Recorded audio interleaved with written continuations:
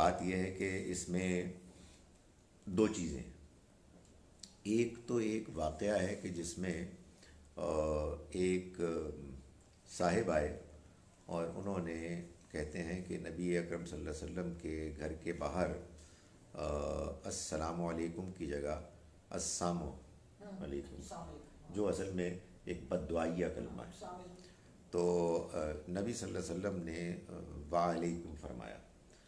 حضرت عائشہ بہت غصے ہوئیں، انہوں نے سنا دی اس کو.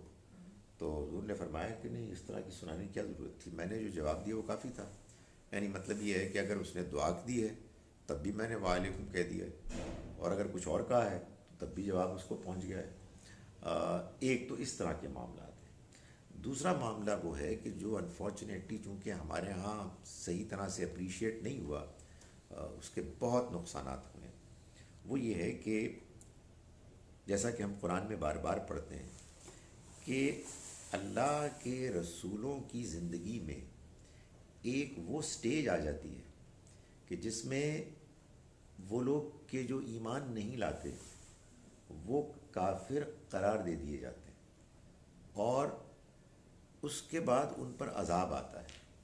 اس عذاب سے پہلے ان کے ساتھ قطع تعلق ہو جاتا ہے. ان کے ساتھ جو عام طریقے کے سوشلائز کرنے کا جو جسچرز ہیں وہ بھی اوائڈ کرنے کے لیے کہا جاتا ہے. تو نبی صلی اللہ علیہ وسلم کی زندگی میں جو لوگ آپ کے منکر ہو گئے اور تمام تر دعوت کے پہنچ جانے کے باوجود وہ ضد میں مبتلا ہو گئے، ان کے بارے میں یہ کہا گیا کہ اب ان کے ساتھ کسی قسم کی ہمدردی اور خیر سگالی کا رویہ اختیار نہیں کرنا. ہم نے تو ابھی ان کو بات پہنچائی نہیں، ہمارے تو اپنے حالات برے ہیں، اور اس پر مزید لعن طعن ہم کریں گے اور سلام بھی نہیں کریں گے. کیوں نہیں کریں گے بھائی؟ میں جب کسی کو سلام کروں گا غیر مسلم کو تو میرا مطلب یہ ہوگا اللہ تم پر سلامتی کرے، تم کو بھی یہی بات سمجھ میں آئے جو ہمیں سمجھ میں آ رہی ہے. ہم تمہارے لیے سلامتی ہی سلامتی ہیں، ہم سے تم کوئی خطرہ محسوس نہ کرو. یہ جو ہمارے ہاں ایک مہم چلی ہوئی ہے کہ ہم غیر مسلموں کے ساتھ کسی قسم کا کوئی سوشلائزنگ کے لیے کوئی پازیٹیو انداز اختیار نہ کریں، اس کے بعد دعوت کیسے دیں گے؟ یعنی جب یہ دائیں بائیں سارے میرے دشمن ہیں تو why would I be interested in inviting any person who is my enemy towards Islam? کیوں کروں گا میں؟ وہ میری بات کیوں سنے گا؟ پہلے میں اس کے ساتھ اچھا ہوں گا، پہلے میرے اس کے ساتھ پازیٹیو تعلقات ہوں گے، میں اس کو چائے پہ بلاؤں گا، میں اس کے ساتھ گپ شپ ماروں گا، پھر وہ موقع آئے گا کہ میں اس کو اپنی بات پہنچاؤں گا. تو یہاں تو ہمارے بھائی لوگ تلے ہوئے ہیں کہ وہ ان پر لعنت کرو اور آخری درجے میں ان کو اپنا دشمن بنا لو. یہ کون سا دین ہے اور یہ دین کی کیا خدمت ہے؟ تو یہ جب انہوں نے آ کے خود سلام کیا تو یعنی ہمیں آگے بڑھ کر کرنا چاہیے. یہ تو ہمارا شعار ہے کہ ہمیں اس سلامتی کو پھیلانا ہے، ہمیں لوگوں کو اسلام کی طرف اٹریکٹ کرنا ہے، ان کو یہ بتانا ہے کہ ہمارا دین تو وہ ہے کہ جو سب کے لیے سلامتی اور بہتری کی دعا کرنے کو کہتا ہے، سوائے ان لوگوں کے کہ جن کے بارے میں یہ حتمی طور پر معلوم ہو گیا کہ وہ اللہ کی رحمت سے محروم ہیں. یہ اب معلوم ہی نہیں ہو سکتا. تو اب تو ہمیں صرف دعوت دینی ہے. تو اس لیے یہ ایک عجیب و غریب ذہنیت ہے، اور میں اس کی وجہ وہی امپورٹنٹ فرق ہے. ہمارے ہاں مسلمانوں میں ایک بڑی تعداد یہ سمجھتی ہے کہ نبی اکرم صلی اللہ علیہ وسلم کی زندگی میں آپ کے مشن کے کلائمیکس پر جا کر جو غیر مسلموں کے ساتھ معاملہ ہوا وہ معاملہ اب رہتی دنیا تک تمام غیر مسلموں کے ساتھ ہونا چاہیے. تو وہ تو گزارش یہ کہ معاملہ یہ تھا کہ اللہ نے کہا تھا کہ اب محترم مہینے ختم ہو جانے کے بعد قتل کرو ان کو جہاں پاؤ. تو پھر تو یہ بھی کرنا چاہیے. کیوں آپ ہپوکریسی میں مبتلا ہیں؟ جائیں اور پکڑیں اور ماریں. اور یہی وہ ٹیررسٹ کہتے ہیں.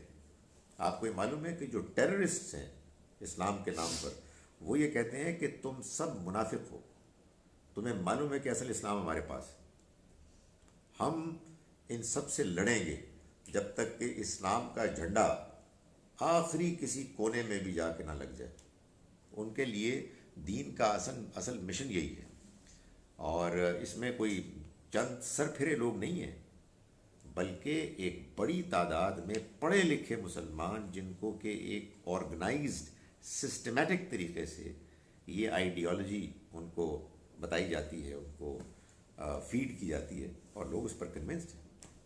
میری زندگی کا مقصد تیرے دین کی سرفرازی۔ اسی لیے کہتے ہیں زیادہ تر مدرسہ وغیرہ جو ہیں ان کو بہت زیادہ ان کی اعانت حاصل ہے، لوگ سب سے زیادہ وہی کو پروٹیکٹ کرتے ہیں۔ دیکھیں وہ یعنی جو کچھ بھی تعلیمات ہیں اس کا یہ لازمی نتیجہ ہے۔ دیکھیں نا، 1000 سال تک مسلمانوں کی حکمرانی تھی ایک دنیا کے بڑے حصے میں، مسلمان تھے، حکومت کر رہے تھے، اچھے یا برے، لیکن بہرحال چھائے ہوئے تھے۔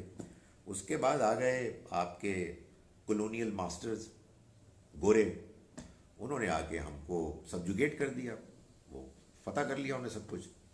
اس کے بعد جب ڈی کولونائزیشن ہوئی اور وہ واپس گئے تو اس کے بعد طرح طرح کی مخلوق پیدا ہو گئی۔ کچھ ہمارے ٹائپ کے تھے کنفیوزڈ، کچھ بالکل گورے ٹائپ کے انگریز تھے، کچھ مولوی ٹائپ تھے۔ جو مولوی ٹائپ تھے وہ اس پرانے دور سے نکلے ہی نہیں، ان کے نزدیک تو وہ دور کبھی ختم ہی نہیں ہوا، انہوں نے انگریزوں کو ایک دن کے لیے بھی ایکنالج نہیں کیا تھا، تو وہ مدرسوں میں تھے، وہ مدرسوں سے باہر، ان کا یہی ہماری، چنانچہ وہ آج بھی اس کا مطالبہ کرتے ہیں کہ بھائی جو 1000 سال تک ہوا کہ ہم فتوے دیتے تھے، ایک قاضیوں کا نظام چل رہا تھا، اس میں جو ہم فیصلے کرتے تھے وہ نافذ ہو جاتا تھا، تو اب یہ تم لوگ کیا لے کے آ گئے ہو، کوئی ہائی کورٹ ہے، کوئی سپریم کورٹ ہے، وغیرہ وغیرہ۔ سو وہ اصل میں اب یہ ایک کنفیوژن ہے کہ جس کا ہمارا معاشرہ شکار ہے۔ ایک جانب وہ نقطہ نظر ہے کہ جو ریلیجس سیمنریز سے، اسکول سے نکلتے ہیں، ایک ہمارا جو جدید دور کا جو نظام تعلیم ہے اس میں لوگ اس سے متاثر ہیں۔ ہم ان پرنسپل اپنے ملک میں، ان پرنسپل میں کہہ رہا ہوں، ٹھیک چل رہے ہیں۔ ہم اپنے پارلیمنٹ کے ذریعے سے معاملات کو طے کریں۔